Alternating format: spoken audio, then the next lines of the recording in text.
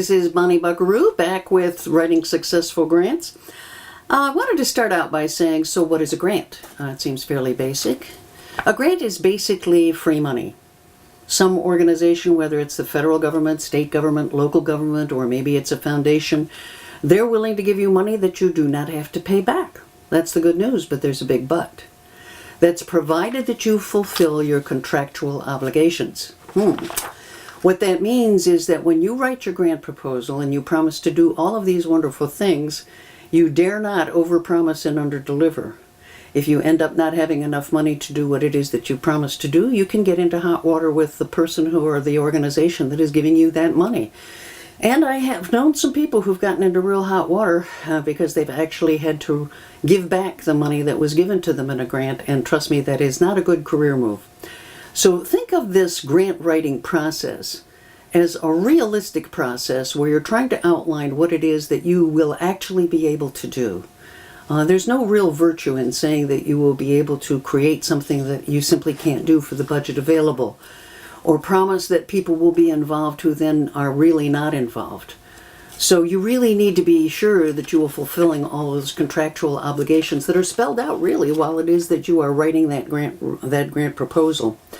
I thought I'd also start out by telling you that, grants, though that will be the subject maybe of another class where we do a critique of the grant world, grant writing is not always really the most efficient process. Some estimates put federal funding as only 8% to 10% of the grants that are written ever end up getting funded, so that's a lot of expended effort that literally does not pay off. But if we look at the history of grant funding, we see that there were some really important projects that were funded along the way that remind us what an important thing grant funding can be. Everything from the pap smear to libraries to the Salk vaccine to the 911 system, those were things that were started by private foundations. And then when we look in the public sphere of the federal government, everything from Tang to the moonshots have been, various people have gotten grants to be able to participate in that. So let's talk a little bit about who gives grants. And there are two basic groups. There's the federal, state, and local public entities, the government agencies that give grants, and then there are the foundations. Now, there are roughly 900 federal grant programs that each year disperse about $360 billion, so that's a lot of money. They're very transparent. You should be able to, in almost any situation, go online and see what kinds of proposals they have. Remember that famous word, request for proposal. They will issue their requests for proposals at different times for different agencies, and you have to keep track and start looking. Go to grants.gov and start searching. See what kinds of government money is available for something that it is that you want to do, and then go to that site and see if you can download previously successful applications. That's one of the best ways to get a handle on what it is that they're really looking for. Keep in mind as well that those public entities are a real virtue for places like a university because they allow you to establish an IDC, an indirect cost rate. It means that the things that the grant cannot cover, like keeping the lights on and adding desks and shoveling the walk in the winter, those are the kinds of costs of doing business as a university that aren't covered specifically in the grant, but they are the indirect costs that are required to fulfill that grant. And so the universities across the country establish their IDC rate with the federal government. So for every dollar you raise, if you have a 40% IDC rate, you can get 40% on top from the federal government. You can ask for that much more money and be awarded that amount of money. Both nonprofit organizations and institutions like universities are eligible for that IDC rate, and it's quite valuable. So a federal grant in particular can be more valuable to a university in some ways than a foundation grant. The highest I've ever seen was that they might offer a 10% IDC, but most don't offer any at all. The Foundation Center says there are 88,000 foundations and they give away roughly $60 billion a year, so the federal government is the big player in the grant world, but foundations are an important part of the overall picture. There are basically large foundations like the Ford Foundation and small ones. There's a little one up north called the Gerstacker Foundation, and they do a lot of good work, but they certainly don't have the budget that the Ford Foundation does.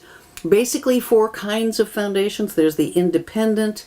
Those are the ones established by families or individuals or groups. For example, you'd see the Rockefeller Foundation or the Ford Foundation. There's corporate foundations. Microsoft, Google, large companies, tech companies will often, in order to do good work, they will establish a foundation and put money into those. There are community and public foundations who get funded from a variety of sources, and they dispense money into the community. And there are what are called federated foundations, like the United Way. Now, one thing you need to know about the foundation world is that many of them, well, foundations are 501c3, and they are regulated more than, say, a public charity like the Salvation Army. They're called a foundation or a charity. They have certain other rules that they have to live up to. But one thing you need to understand is that it is possible for an entity to be a nonprofit, but also a 501c3. Those are two separate designations. Many people are confused and think one substitutes for the other, but they don't. You get your nonprofit status. I can go down to right down here on Okemos Road and file to set up a nonprofit corporation in the state of Michigan, and for a relatively modest amount fill out the forms, and if I'm approved, then I'm a nonprofit and I can accept funding, and I have certain tax benefits as a result. But that does not give me federal IRS, Internal Revenue Service, 501c3 status. That is what allows you to be able to tell people when they give you money that they can write that off their income tax. Basically, that's one of the real advantages of 501c3 status. So when you do this, then that makes you eligible to start receiving things like grants and also things like corporate giving. And I should mention just for a moment that some corporations have a separate sort of fund that they call corporate giving, where maybe an individual who administers that fund can dispense relatively small amounts of money without having to go through much of a formal process.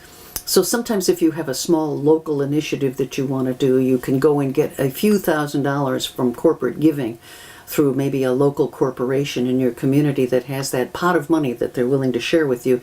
And that's sort of separate from the regular grant the grant funding that you have through a formal application process. MSU is definitely eligible for all different kinds of grants. Some grants will fund a nonprofit that is not a 501c3. Some will only do it if they are a 501c3. Universities are always eligible, but MSU in particular is a Tier 1 research institution, so it's eligible to receive grants. It does very well in that world. Sometimes individuals or small groups that don't have that kind of status have an opportunity to do what's called find somebody who can be their fiduciary agent. In other words, it's some group that has the appropriate status that allows them to collect the money for you and then dispense it and disperse it to you. I was a member for many years of the Independent Documentary Association, which is a nonprofit 501c3. What they do with filmmakers is that a filmmaker pays a $75 fee to have their proposal reviewed. If the association thinks it's a project they want to work with, they agree to be your fiduciary agent and extend their 501c3 status to you so that you can then try to raise funds that you can then receive from various granting organizations. And in exchange for 5% of your total budget, they will handle all of that bookkeeping and all of the monetary distribution of the funds for you. So even though an individual may not be able to have the wherewithal to apply for and receive 501c3 status, if you can find an appropriate fiduciary agent, they may be able to help you. I did want to give you a bit of an overview on what the overall $60 billion that those foundations give away, how they distribute that into what kinds of groups. 22% of overall funding, about $5 billion, goes to grants that are related to health. An identical amount goes to grants that are related to education. Human services, 16%, $3.5 billion, although they had the greatest number of grants at 42,000 grants funded in the last year for which there are records. Public affairs that offer some sort of societal benefit account for 12% of overall funding, $2.7 billion. Arts and culture, 10%. I would have thought it was higher, but it isn't, $2.2 billion. Environment and animals, 7%, $1.6 billion. International affairs, 5%, $1.1 billion. Science and tech, 3%, $606 million. Now we're down below $1 billion. Religion, 2%, $468 million. And then last on the list is social science, 1%, $243 million. But trust me, $243 million, that's still a lot of money. So there is quite a bit of money available through foundations and public universities as they come under increasing financial stress, trying to keep tuition down at a time when public money is declining They really are looking at grants at making up a lot of that difference and being able to do the kind of work and fund the scholars to do the things that they want to do. Now, as you put together your proposal and you have your application, one of the things to keep in mind here at MSU is that there are certain requirements institutionally within the institution. Their department has its requirements and its timetable. And so you better start early. If you watch the video by Maria Lipinski, that's my main takeaway: start early. You need to think about potential collaborators, bring them on board, find out what their requirements are and what their timetables are. The department or the college typically has a liaison to the Contracts and Grants Office here at Michigan State University. You'll be working closely with that person to be able to make sure that your proposal has all the I's dotted and T's crossed and the budgets are straight. Primarily, these are money issues and also responsibility issues that you need to think about, that you're fulfilling all of the requirements of the university. There has to be a sign-off by Contracts and Grants. There also has to be a sign-off from the IRB on human subjects. And basically those human subjects approvals require that you have fulfill the basic ethical principles of dealing with living things. You have to show respect for persons. You have to show what's called beneficence. You have to be doing it for some sort of good. It has to fulfill the responsibility for justice. It can't be unjust. The applications to become involved, to involve human subjects, means that you have to know about issues like informed consent. It has to be that the person understands what they're signing on for. It has to be voluntary. We don't want horrible examples like the old Tuskegee experiment and other things that we've learned about, the Milgram experiments that tell us an era when human subjects were not necessarily treated well. We don't want that repeated. You may have to do a risk-benefit analysis, explain how it is that you are going to select your subjects, make sure that is rigorously done. Those are the kinds of institutional requirements as you start to become a grant writer for, say, going through Michigan State University. Typically, you don't start out always with a full-fledged proposal because you found a great grant online somewhere and you decide that what you want to do perfectly fulfills their guidelines, and boy, you're in good shape. What you do tend to start out with is the concept paper, and shorter is always better. I have been known to go beyond the 2 to 3 page limit, but ideally you don't want to. It's used as a door opener, and in some ways what you're trying to do is establish a relationship, often with somebody at a foundation, where you ask them if they would be willing to read your concept paper for this great idea you have, rather than do a full-blown proposal that can run in some cases 20, 30, 40 pages, with a significant amount of effort. You want to do this sort of initial pitch. Tell them what your idea is, get their reaction to it, and they'll often be very blunt in telling you, boy, this is a great idea and we would love to fund it, but it doesn't fit our mission. Sometimes they'll say it doesn't fit our mission, but we know over here at this foundation. I was just at a meeting with other program officers and I heard about this foundation is getting into that area. They can be a wonderful resource in giving you information about who in the field of foundation philanthropy is really potentially interested in your idea. They can also be very honest and say, I don't think that's ever going to get funded. It's just not something that's going to happen in this era. The beauty of a concept paper is that it's far less laborious than a full-blown proposal. You get instant or fairly quick feedback in most cases. It's much easier for them to review a 2-page pitch than it is a 60-page proposal idea that you're sending them. So what you need to do is think like a journalist when you're writing this. Who, what, when, why, where. Remember, 5 W's and an H.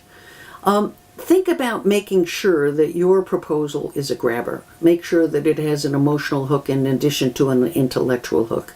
If you want to work on creating a vaccine to help kids, then talk about the terrible tragedy of the kids who are currently suffering from the disease that you want to be working on. You need to persuade that person quickly of the merit of your idea and its impact in the real world, and then ideally what you're trying to do is tell them why you're the right person to be able, or the right organization to be able to pull that off. One of the requirements of the class includes real-world exercises, and if you have an idea that you've been thinking about for a gazillion years that you would really love to do, this is your opportunity to put together a 2-page concept paper and get some feedback on that, and then maybe start shopping that around.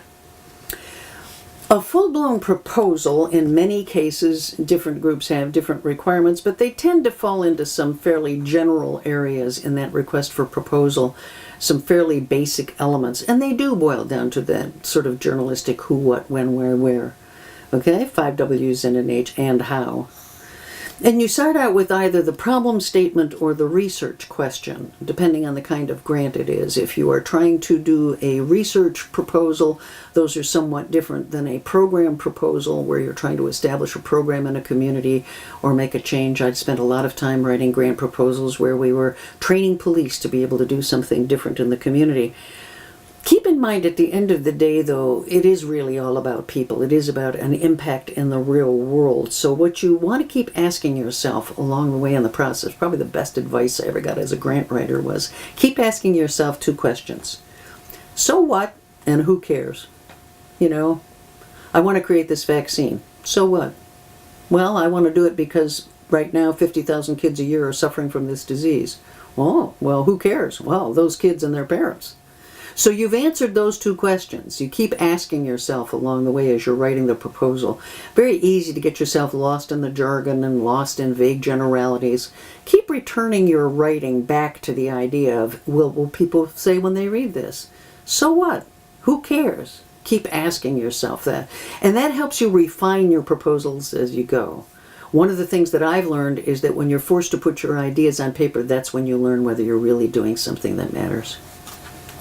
Using some journalistic skills in order to tell the stories of real people. I have been known in the problem statement to take an individual sufferer and talk about what happened to them. I did a lot of grant writing related to victims, for example, and I would talk about what happened to a victim of crime and how it is then that our intervention would be able to make a difference in that person's life.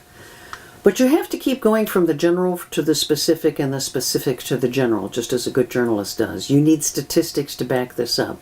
Yes, I have one heart-wrenching story about a victim, but how many victims of that kind of violence are there? What is their age group? What gender are they? Where do they live? Are they in rural areas, urban areas? You need to paint a portrait using numbers and not just using personal anecdotes. So you need to, for example, one of the cases that I was successful with was getting a grant from the Office for Victims of Crime to establish a website for victims. And one of the things I proposed that we offer was an opportunity for women to get a personal protection order form without having to go down to the office to do so. There was an office open in the community that was only open for a couple hours a day. What we discovered was that in women in particular who had a partner who was stalking them or who was threatening to be violent would be able to figure out that if they were trying to get a PPO, that's where they would go. And so they would keep an eye on that office and they could stalk them from there. So we were able to tell how many PPOs were issued in the community, how many went to women who were in those kinds of relationships. Potentially, we looked at the murder records and were able to show that women had been murdered because they had been stalked by spouses who were finding them in various places, and this was one of the ways that we could make it easier for them to remain somewhat anonymous in the community and keep their comings and goings secret by using an online resource. This was in the early years of the web in the late 1990s, and so that was quite a big deal. So what you need to decide first is what it is that you are going to try to do and how you are then going to answer that problem statement or that research question. What are you going to do? And be as specific as you can. It's not just that we're going to do wonderful things and make everybody in the community happy and it's going to be great. No, you have to be very specific about we're going to put a neighborhood office in that is going to be able to help people with low-income people deal with some of the utility bills that they're dealing with. And we're going to be open 2 days a week. And we're going to be able to serve this many people. The more specifics that you can put into your proposal, the better off that you are going to be. So keep in mind that you now know what the problem is, what it is that you're going to do, the intervention that you're going to do in order to solve it. And then you have to talk about the who. Who is going to do this? Part of the organization that you need to think about in terms of preparing your application is who's going to be the principal investigator. That may not be the person doing the bulk of the work, but who is going to be sort of the boss in charge of making sure all of this happens.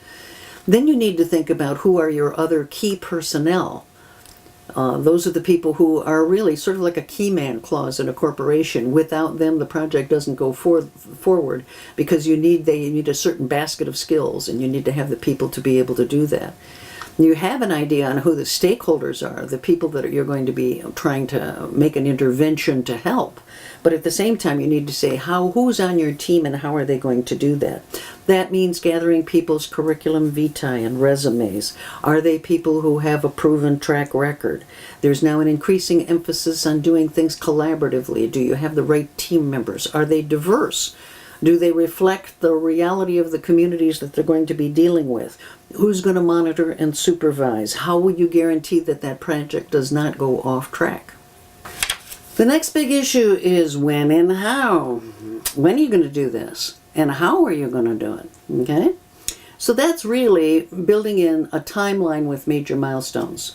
In the first 3 months, we're going to be able to do this. In the next 3 months, we're going to be able to do that. And keep in mind when you're putting this together that your timetable in an academic year might not match the grant year very well. Your grant year starts October 1, and the university's funding year starts July 1, and they've got nobody around in the summer that you need. Those are the kinds of adjustments that you have to start thinking about when you're putting together your proposal.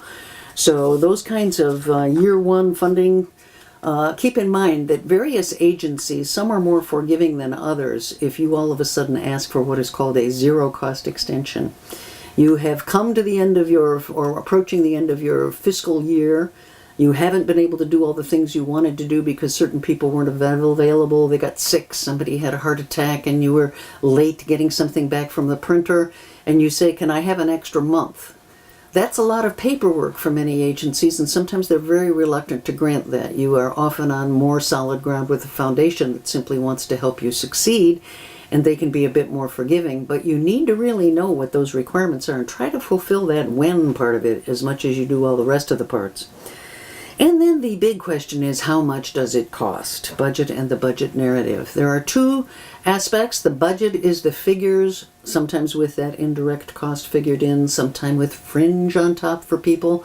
We have to pay for their retirement and their tuition and their healthcare costs and their dental policies and all of those kinds of things, and that's an extra fee that goes on top of their base rate for their salaries, or so it gets a bit complicated in putting together the budgets. You need to know what you're going to be spending on travel, how many trips are you flying people in, are you using part of your budget to pay outside consultants, what's it going to cost for them.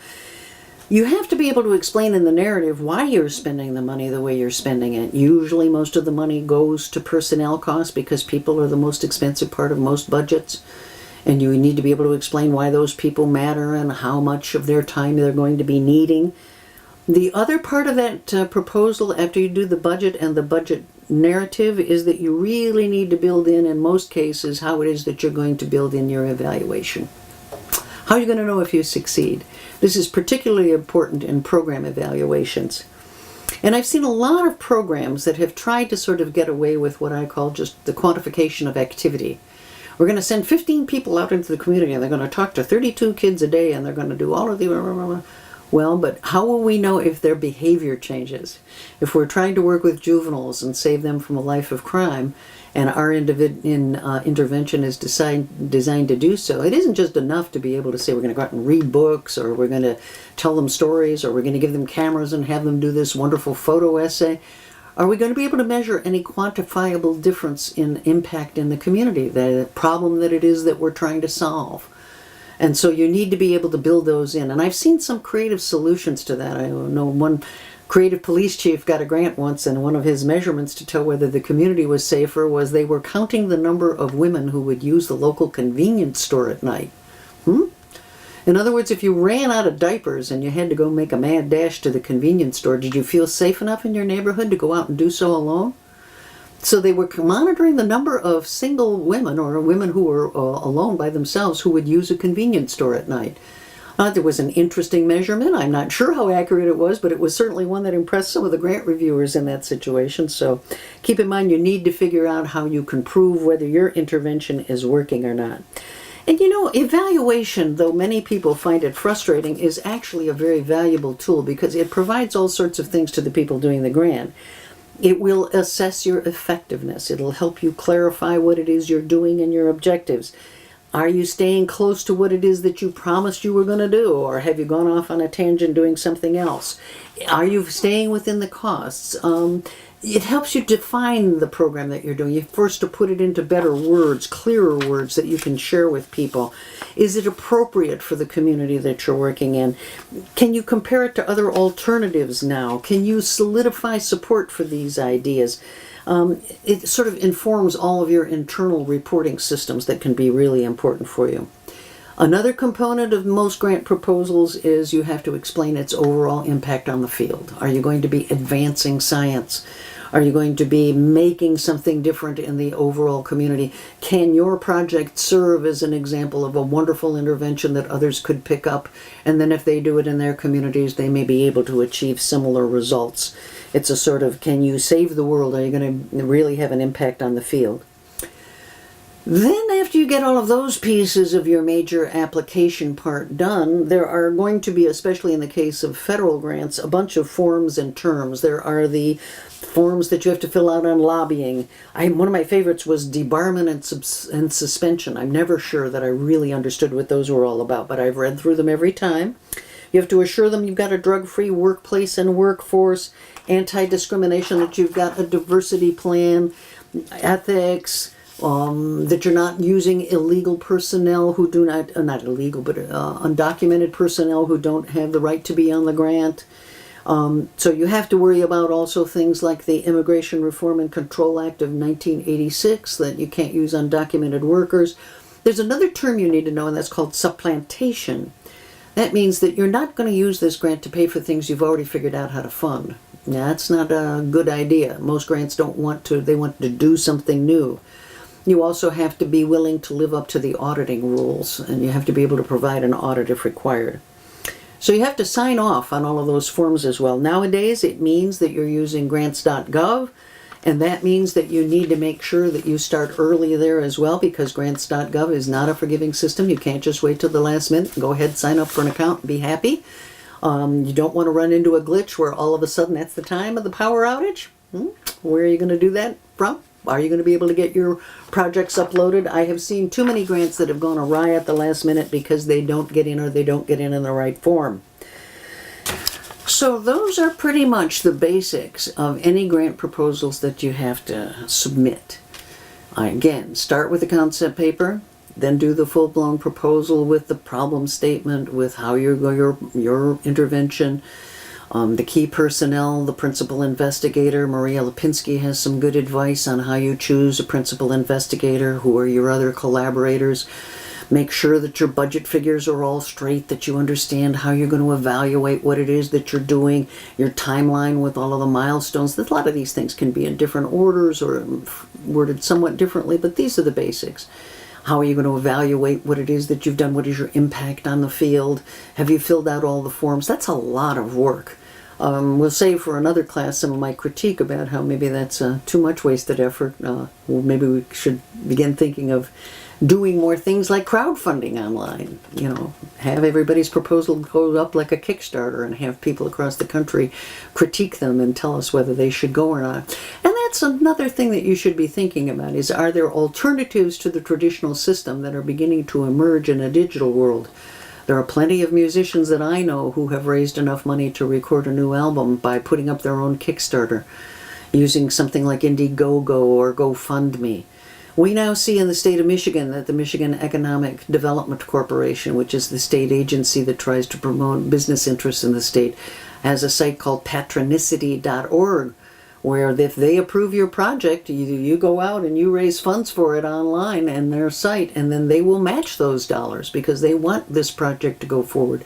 They think it's good for the overall economic health of the state. So that's a really interesting new wrinkle.